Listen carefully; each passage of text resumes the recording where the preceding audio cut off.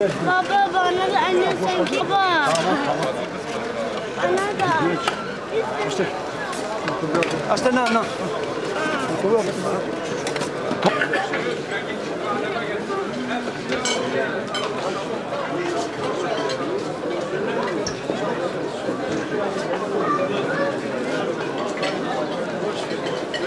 Arkadaşlar 15 yıldır sizlere hangi hizmeti yapıp yapmadıkları ortada. 30 Mart bunun hesabının sorulacağı gün olmalı. 15 yıldır sizin oylarınızla oralarda oturan bu makamları işgal edip size hizmet etmeyenlerden hesap soracağınız gün olacak. Kaderini yeniden çizeceğiniz gün olacak. Ve 30 Mart İzmir ve Diyarbakır'ın AK belediyecilikle tanışacağı, büyük hizmetlerle tanışacağı ve kaderinin değişeceği gün olacak inşallah. Ben ve Ali İhsan kardeşim genel seçimlerde karşınıza çıktığımızda hükümet olarak 11 yıldır yaptığımız icraatların hesabını gün gün, saat saat veriyorsak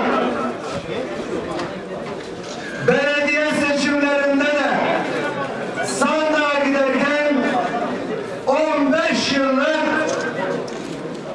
15 yıllık dönemin hesabını sormanızı istiyorum. Bisfil Belediyesi hizmet üretti mi? Şehircilik hizmet. Bu kardeşiniz ilkokulu bitirdiğinde Tepe İlkokulu'nu 2 derslikli bir sınıfta okudu. Taş yığma bir binaydı ve ikilerle üçler benim sınıf arkadaşlarım burada aramızda ilkokulda ikilerle üçler bir arada, dörtlerle beşler bir arada ders yapardı. İkiler susar, üçler ders yapar, dörtler susar, beşler ders yapardı. Şimdi ilkokulu bitirdik, İzmir'de o zaman köprü yok. Tepe'de ortaokul yok, gidecek bir yer yok. Ya okumayacağız ya da bir yer bulacağız. Şimdi